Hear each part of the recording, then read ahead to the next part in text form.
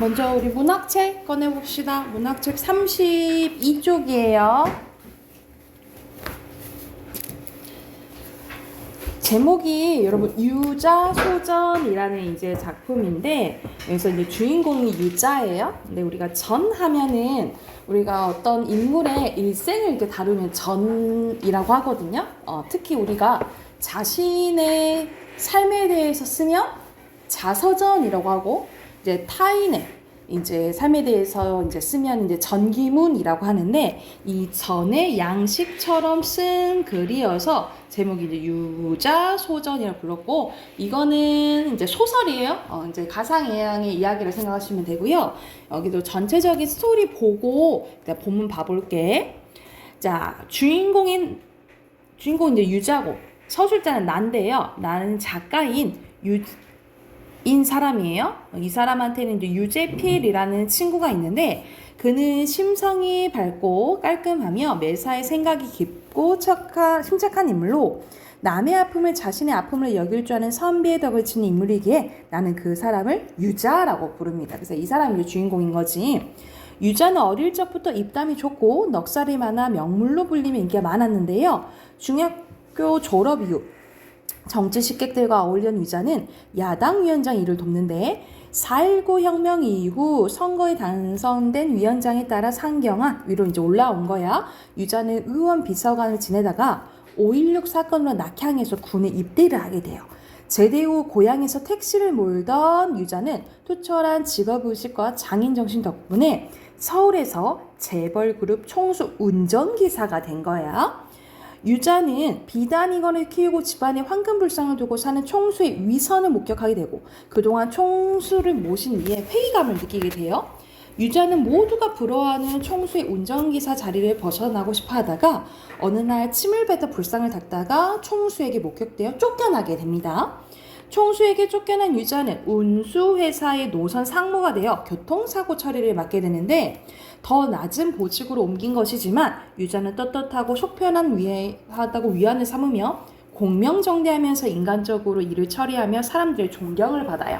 말년에 종합병원 원무실장이 된 유자는 6.29 선언에 시위를 하다가 부상당한 사람들을 치료해주고 사표를 낸 후 뜻밖의 간암으로 생을 마감하게 됩니다. 유자를 아는 사람들과 함께 나는 죽음을 애도하면서 끝나게 된 이야기라고 보시면 돼요. 그래서 거의 유자의 전반적인 생애에 대해서 이제 담은 소설인데, 그 일부분이 나와요.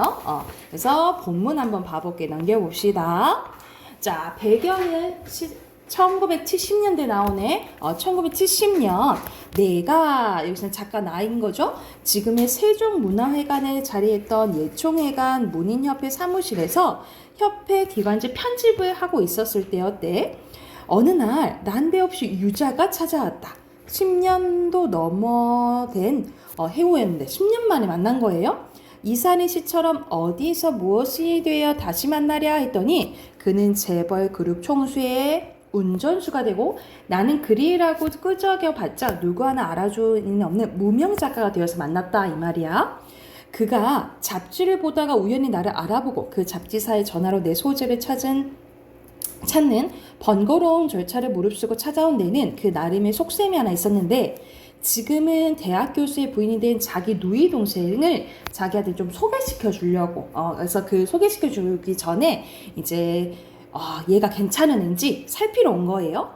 그는 해가 바뀌어 그 누이 동생을 여의고 난 뒤에야 비로소 그 말을 내게 했는데, 그는 처음 만났던 저녁에 내가 말술을 마시고도 양이 안 차는 걸 질려버려서 대번에 얘는 안 되겠다 하고 이제 가입표 친 거지.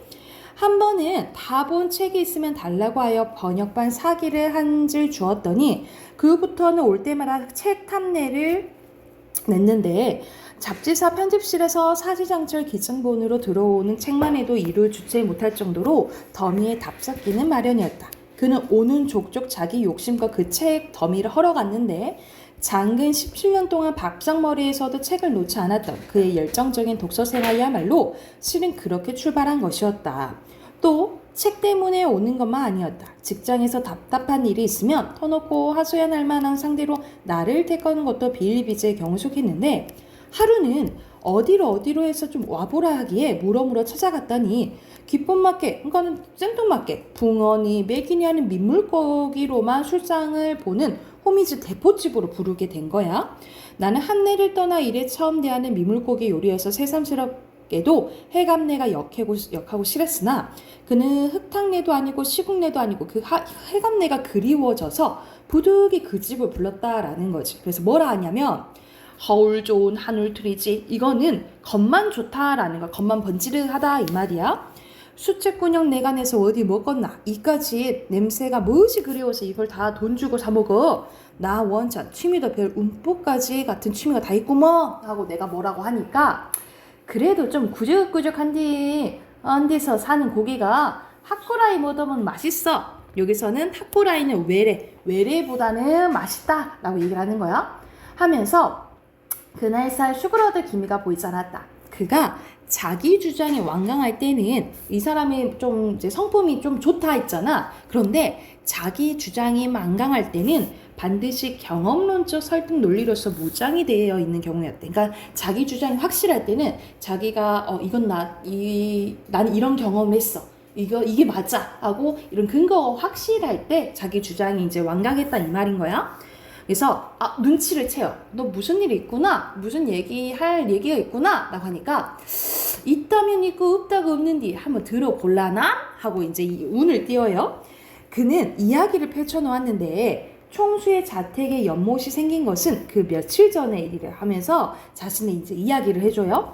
뜰 안에다 벽이고 바닥이고 시멘트를 들이부어 만들었으니 연못이기보다는 수족관이라 하는 편이 더 알맞은 시설이었다. 시멘트가 굳어지자 물을 채우고 울긋불긋한 비단 잉어들을 풀어 놓았대. 넘겨서. 자, 비단 잉어들은 지금도 이제 비싸지만 이때 당시에도 엄청 이제 비싼 사치품이었다라고 보시면 돼요. 그래서 이 비단 잉어는 상류층의 사치스러움을 보여주는 소재라고 보시면 됩니다. 이 비단 잉어들은 화려하고 귀티 나는 맵시로 보는 사람마다 탄성을 자아나게 했으나 그는 처음부터 그는 이제 유자를 얘기해요. 흙인으로 떴대. 비행기를 타고 온 수입 고객이라서가 아니었대. 그 회사 직원의 몇 사람치의 월급을 합쳐도 못 미치는 상식밖에 몸값 때문이었다는 거예요. 그러니까는 저게 뭐 저렇게 비싸 이렇게 생각한 거야.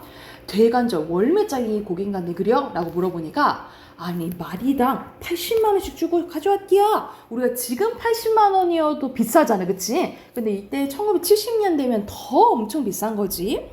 그 회사 직원들의 봉급 수준을 모르게 내 월급으로 계산해보니까 자그마치 3년 4개월 동안의 월급이었다라는 거지. 아니 왜 놈의 잉어 사람보다 비싸다냐? 라고 하니까 보통 것은 아닐라만 그려. 왜 그러냐면 베토벤은 톡라고 얘기하는 거야. 뭘 하나 하고 틀어주면 그 가닥대로 쭈르륵 따라가고, 여기서 차이콥스키를 차에 코 풀고 싶어 이렇게 표현한 거야. 이걸 틀어주면 또 그 가락대로 쭈르륵 하고 여기서는 베테미넨토 차에 코 풀고 싶어 라고 하면서 말장난한 거거든요. 그래서 우리가 이 말장난하는 것을 언어유희라고 하고, 이렇게 언어유희한 것은 아니 물고기한테 이런 클래식을 틀어주더라니까 하고 말 그대로 비꼰 거예요. 그래서 요거의 효과는 해악과 웃음도 유발하지만 비판하는 거니까 전체적으로 풍자가 사용됐다라고 보시면 돼요. 좌우간 곡을 틀어주는 대로 못 추는 춤이 없는 순전 아주 딴따라 가수곡이라니까 막 이러면서 물고기도 꼬랑지 흔들면서 먹고 사는 물고기가 있다는 거는 이번에 그 집에서 처음 봤구먼. 그런데 이 비단 잉어들이 어제 새벽에 떼죽음을 당한 거예요. 자고 일어나 보니 죄다 허옇게 뒤집어진 채로 떠 있는 것이다. 총수가 어떻게 된 거야? 하면서 하필 유자를 겨냥해서 물어봤대. 글쎄요, 아마 밤새 곧불 감기가 들었나 봐요 하고 딴정을 막 부렸다라는 거야. 뭐야, 물고기가 물에서 감기 들어 죽는 물고기도 봤어? 하고 총수는 그가 마치 혐의전화되는 것처럼 화풀이를 하려고 했대. 그는 비위가 상해서, 그러니까 기분이 짱 상해서 그야 팔자가 사나워서 이런 후진국에 시집와 살라니까 여러 가지들다가 개꼬가 쌓여서 조시도 안 좋았을 테고 그런 데다가 부르 쓰고 지루박이고 가락을 트는 대로 디립다 쳐 됐은께 그러니까 춤췄으니까 과로해서 몸살기도 다도 있었을 것이고 본래 밭들어서 키우는 새끼들일수록 다다 탈이 나는 법이니께 하면서 그는 시멘트의 독성을 충분히 우려내지 않아서 고기를 넣어가지고 아마 시멘트 때문에 아마 죽었을 거예요 말을 해도 되지만 말 그대로 이 상황이 지금 마음이 안 좋아서 이런 식으로 일부러 이게 비꼬아서 얘기를 한 거야. 자, 하는 말마다 저 말 같지 않은 소리 시끄러이 이 사람아 하고 이제 총수가 한 소리를 합니다. 그는 총수가 그랬다고 속상해할 만큼 속이 옹색한 편도 아니었대. 그렇지만 오늘 아침 들은 말만은 쉽사리 삭힐 수가 없었대. 그래서 오늘은 어떤 말을 들었냐면 한쪽 더 있어요. 넘기면 총수는 오늘도 연못이 텅 빈 것이 못내 아쉬운지 식전마다 하던 정원상책도 그만두고 연못가로 만들더니 유기사 어제 그 고기들은 다 어떻겠나 하고 물어요. 그는 아무렇지 않게 아니 한 마리 황소 너댓 마리 값이나 나간다는디 아까워서 그냥 내 번지기 거시기 하고 비싼 고기는 맛도 괜찮겠다 싶어서 걔 비누를 대강 긁어서 된장기 좀 하고 고추장도 좀 풀고 마늘 2서너기 통 다져놓고 머위국도 좀 있고 지져서 한 컵부터 했쥬 하면서 그 잉어를 먹었다라고 이제 표현을 이제 얘기를 한 거야. 무엇이 어쩌고지? 왜요? 왜요? 이런 장인무도왕 같은 사람들 이렇게 뭐라 한 거야. 그래서 총수는 분기탱천은 이제 화가 나가지고 붙잡지를 못했대. 보안이 아는 문자를 다 동원해서 호통을 쳤으면 하나 혈압을 생각해서 참는 눈치였대. 달리 초리에 방법도 없잖는감요 하면서 총수의 성과를 덧들려고 한 말은 아니었다. 그가 할 수 있는 것이 그 방법 말고는 없었기 때문에 그렇게 뒷말을 다른 거였대. 총수는 우악스럽고 무식하기 짝이 없는 아래 것들하고는 따따붙다. 그러니까 뭐라 해봤자 공연히 위신이나 흠이 가고 득될 것이 없다고 판단했는지 숨결이 웬만큼 고루 잡힌 어조로 그 불쌍한 것들을 저쪽 잔디밭에다 고이 묻어주지 않고 그래 그걸 술안주에서 처먹어버려? 에이 피도 눈물도 없는 독종들 하고 뭐라 해버린 거야. 혼자 말처럼 중얼거리며 들어가 버렸대요. 그리 지져먹으니까 맛이 어떻대? 하고 이제 물어보니까 어떻긴 먹었대요. 살이라도 흐벅흐벅한 것이 별 맛도 없더만 그려 하니까 내가 독종이면 지는 말종이다 라고 하는 거야. 그러니까는 이 유자는 자기 이제 위에 모시는 총수가 되게 괜찮은 사람이라고 한 줄 알았는데 겉으로만 쭈르륵 번지를 하고 되게 겉으로는 착한 척하고 속으로는 그렇지 않구나. 실상 그런 사람이 아니구나 라는 것을 이 사건을 통해서 알게 된 거예요.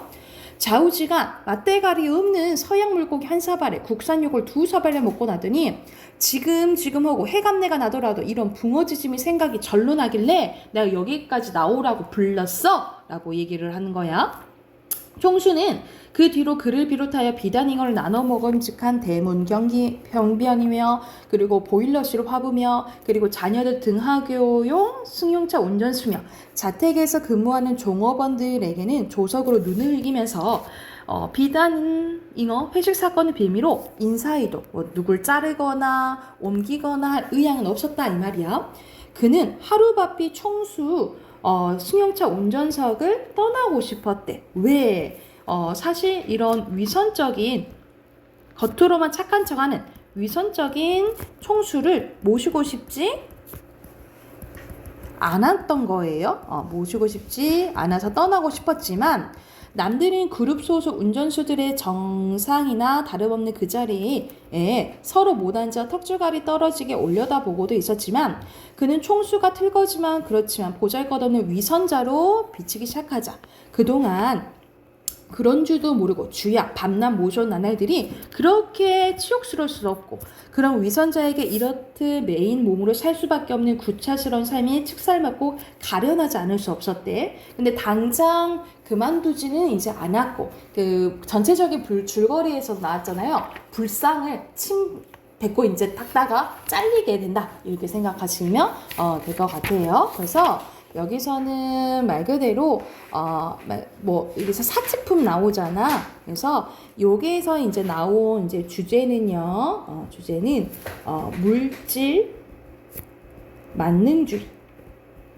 돈을 중요시 생각하는 물질 만능주의에 빠진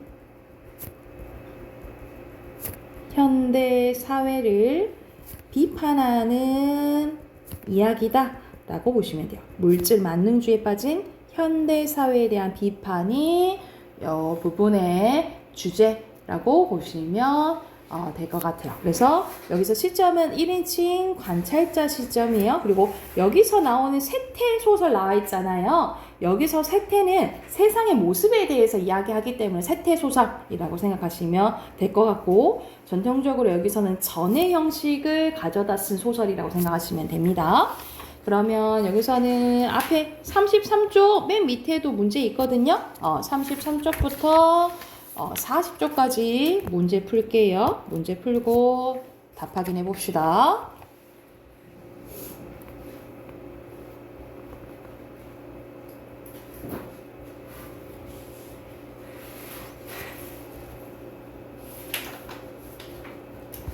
다 했나요? 답 확인해 볼까요? 우리 33쪽부터 33쪽 밑에 보면 여기서는 성품도 곱고 빼어난 입담 가진 거 맞고요. 의원 비서관 지낸 거 맞고, 그리고 그만두고 싶어 했죠? 그리고 간암으로 세상을 떠났다라고 했어요. 55XX5. 1번에 보면은 이건 1인칭 관찰자 시점이라 했잖아요. 그쵸? 1번에 1번. 2번에 알맞지 않은 것은, 자, 유자가 자신의 주장이 완강할 때는 자신의 경험했을 때라 했잖아요. 그쵸? 그래서 부족에도 틀렸죠? 5번이고. 자, 기억은 선생님이 겉만 번지르르 한 거라고 했어. 그치? 그래서 약간 뭐 빛 좋은 개살구 라는 속담이랑 비슷한 거 고르면 되겠죠. 옆에 사자성어 풀이 돼 있지? 1번입니다. 그리고 4번에 여기서는 대화가 사투리로 사용됐잖아요. 사투리는 보통 사실감과 현장감 또는 뭐 친근감 이런 것들을 준다라고 생각하시면 되겠고요. 효과가 알맞지 않은 것은 5번이고, 향토적은 그 지역의 특성을 나타내주는 걸 향토적이라고 해요. 그리고 5번에 A에 대한 설명으로 적절한 것은 여기서는 비공고라 했지 선생님이? 1번이고요. 그리고 6번에 자 언어유희 사용됐다 했잖아. 근데 배 때문에는 또 차이코프고 싶어. 이거는 발음이 비슷한 거죠? 그래서 6번에 3번입니다. 7번에 적절한 거 여기서는 4번이고요. 8번의 총수는 위선적인 사람이라 했잖아. 그치? 2번이고요. 9번에 여기서 어휘 문제. 소설 여러분 이제 문제 풀다 보면은 거의 어휘 문제 한 번씩 나오죠. 그쵸? 9번에 알맞지 않은 것은 4번인데 여기서는 큰 소리로 떠드는 게 아니라 딱딱한 말투로 큰 소리가 아니라 딱딱한 말투로 따지는 소리라고 생각하시면 될 것 같아요. 뭐 약간 다투는 소리 이렇게 생각하시면 되고, 뒤로 넘겨서 빈칸 확인할게요. 첫 번째 총수, 오른쪽에 독종들, 밑에 방언 또는 뭐 사투리 써도 맞아요. 그 다음 효과는 총수에 대한 비판적인 태도고요. 그리고 밑에 비단잉어, 마지막에 물질입니다. 됐죠? 네. 비문학 꺼내볼게요.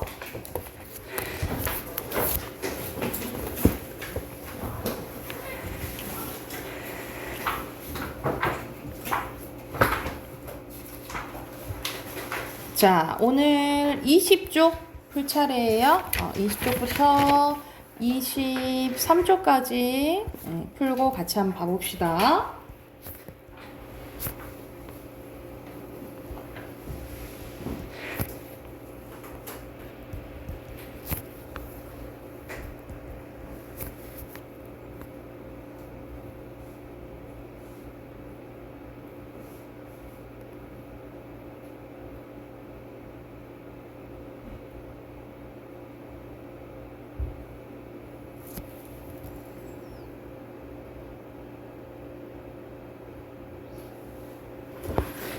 자, 같이 한번 봐볼까요?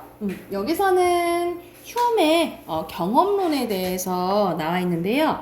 자, 18세기 경험론의 대표적인 철학자는 휴메입니다. 그래서 이 휴메는 뭐라 했냐면 모든 지식은 경험에서 나온다 라고 주장을 했대요. 그래서 그 전에 이성, 우리가 이성은 옳고 그름을 판단하는 걸 얘기하죠. 이성을 중심으로 진리를 탐구했던 데카르트 합리론을 비판하고 경험을 중심으로 한 새로운 철학이론을 구축했는데요. 그러나 너무 지나치게 경험만을 중시해서 이것도 진리가 될 수 없어, 저것도 진리가 될 수 없어 라고 얘기를 해서 극단적인 회의주의자라고 평가를 받는데요. 그래서 휴메이 어떻게 이제 주장했는지 봐볼게. 휴메는 지식의 근원을 경험으로 보고요. 이걸 인상과 관념으로 구분했대요. 인상은 우리가 오감각 있죠. 이 오감각으로 얻을 수 있는 감각이나 감정 등을 얘기하고, 관념은 이 인상을 머릿속에 떠올리는 것을 얘기합니다. 그래서 가령 하면은 예시지. 우리가 혀로 짠맛을 느끼는 건 인상이고 머릿속에 떠올리는 건 뭐라는 거야? 관념이라 이 말이야. 그래서 또 인상은 단순 인상과 복합 인상을 나뉘어지는데, 단순 인상은 단일 감각을 통해서 얻은 인상을, 복합 인상은 단순 인상들이 결합된 인상을 얘기를 해요. 따라서 짜다는 단순 인상, 짜다와 희다가 결합된 이 소금의 전반적인 이미지를 복합인상이라고 본다 이 말이야. 그리고 단순 인상을 통해서 형성되는 관념을 단순 관념, 복합 인상을 통해 형성되는 관념을 복합 관념이라고 한대요. 그래서 휴메는 단순 인상이 없다면 단순 관념을 존재하지 않는다라고 본 거야. 그러니까 우리가 짠맛을 보지 못했는데 어떻게 떠올리냐 이 말이야. 그런데 황금 소금은 현실에 존재하지 않기 때문에 그 자체에 대한 복합 인상은 없지만 황금과 소금 각각의 인상은 존재하죠. 그래서 복합 관념이 존재할 수 있대. 따라서 복합 관념은 복합 인상이 없더라도 존재할 수 있다 이 말이야. 그런데 이거는 과학적 지식이 될 수 있다 없다? 될 수 없다라고 봤대요. 휴메는 과학적 탐구 방식으로서 인과관계에 대해서도 비판적인 태도를 보였는데, 그는 인과관계라 말 그대로 원인과 결과관계란 시공간적으로 인접한 두 사건이 반복적으로 발생될 때 갖는 관찰자의 그냥 습관적인 기대에 불과하다라고 본 거야. 그래서 우리가 까마귀가 나니까 배가 떨어진다라는 속담이 있잖아요. 그치? 이건 우연의 일치잖아요. 그쵸?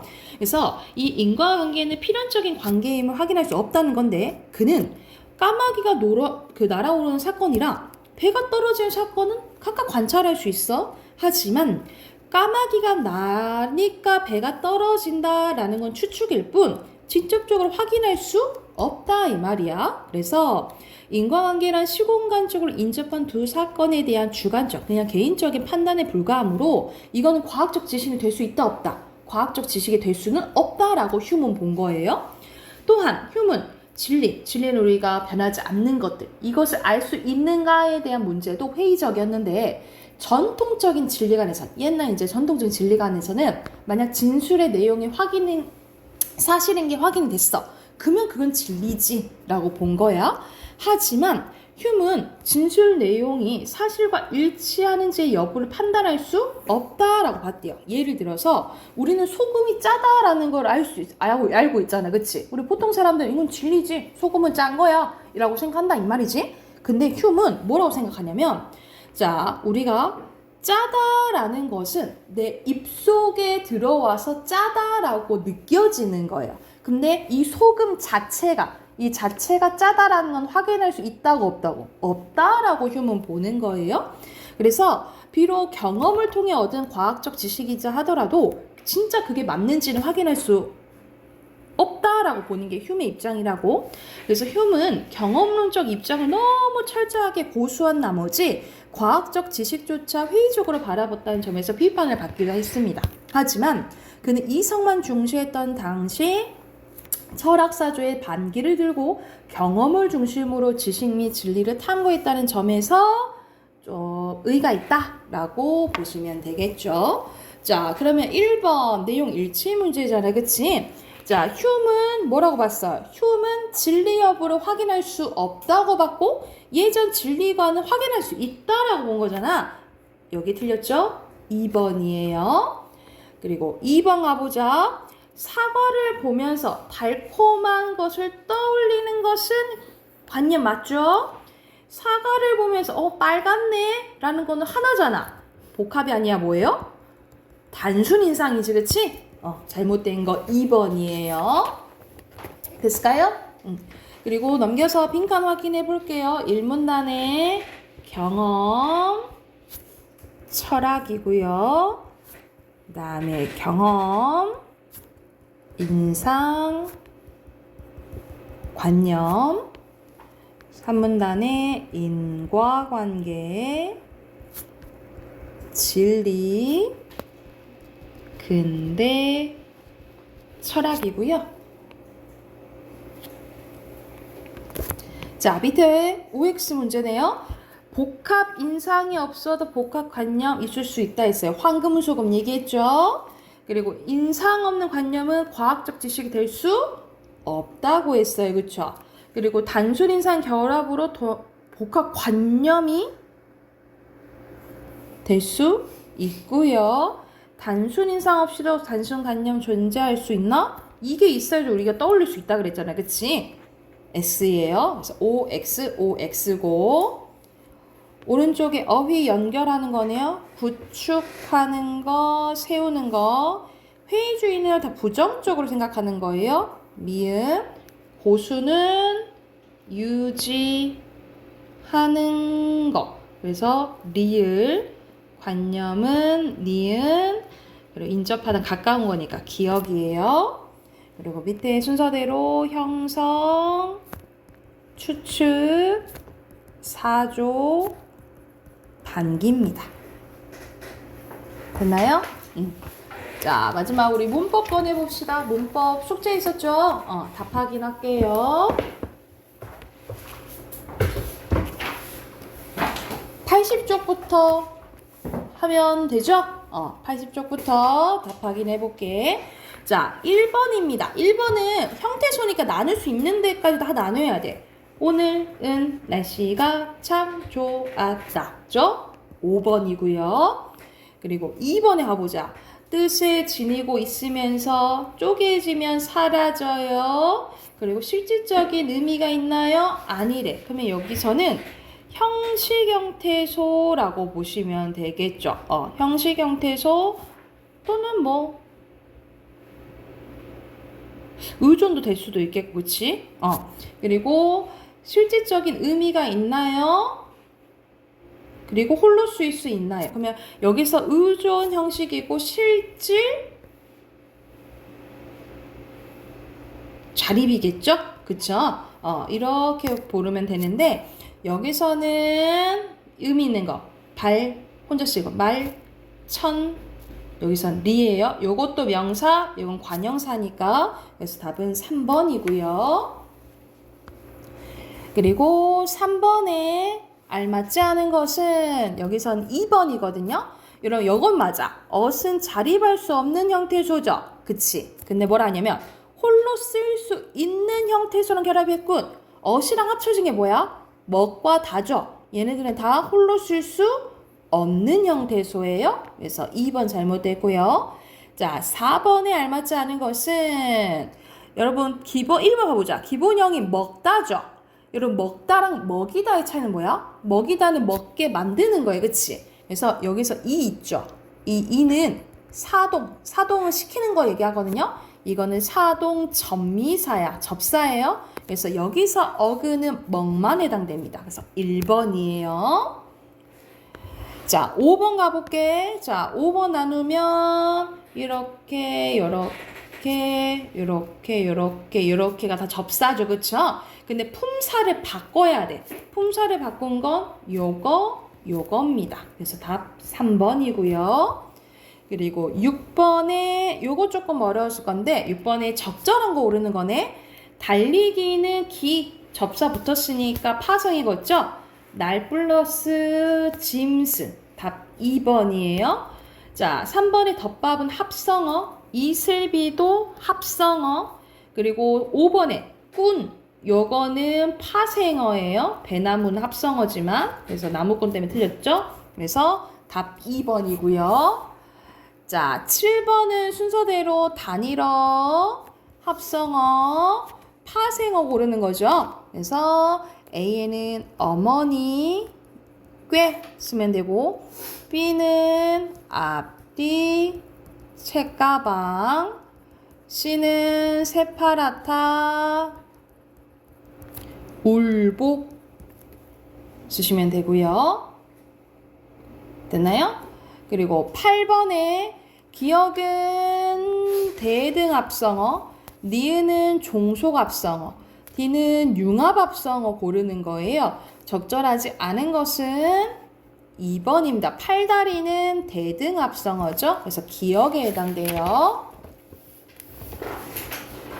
9번 가보자. 9번은 가는 우리 고유어잖아. 그치? 그리고 다는 한자어예요. 우리가 한자어는 좀 더 고유어보다 분화된 의미가 있다 했어요. 그래서 얘네들은 서로 바꿔줄 수 없어요. 답 3번이고요. 그리고 10번에는 여긴 전문어에 대한 설명이죠. 5번.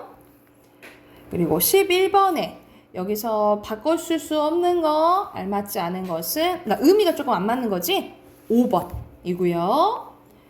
그리고 12번에는 여러분이 예문으로 넣어서 맞는지를 보면 되겠죠. 앉았다 맞지, 그치?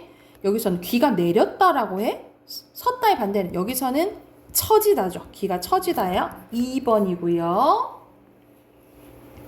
13번 가볼게요. 13번이 알맞지 않은 것은, 자, 핵심적인 의미가 중심적 의미고 여기서 파생된 게 주변적 의미라 했잖아요. 그죠?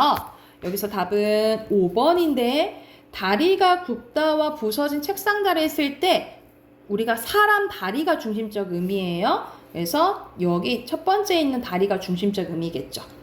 예, 됐을까요? 그리고 14번 가볼게요. 14번에 답은 1번입니다. 풀밭이랑 초원은 뭐 유의어가 더 가깝겠네요. 비슷한 거지. 유의어고. 여러분 15번 가볼게요. 15번은 뭐 문제 묻는 거냐면 기억은 공간과 관련된 거야. 니은은 추상적인 거와 관련된 거야. 추상적인 건 눈에 보이지 않는 거 얘기하는 거예요. 그러니까 간단하게 기억은 눈에 보이게끔, 니은은 눈에 보이지 않는 거 이렇게 생각하면 돼. 그래서 세로로 바꿀게.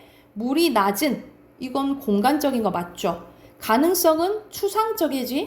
두 팔, 공간적인 거. 소견이니까 생각이니까 추상적인 거. 힘도 추상적으로 봐야 되겠죠. 그쵸?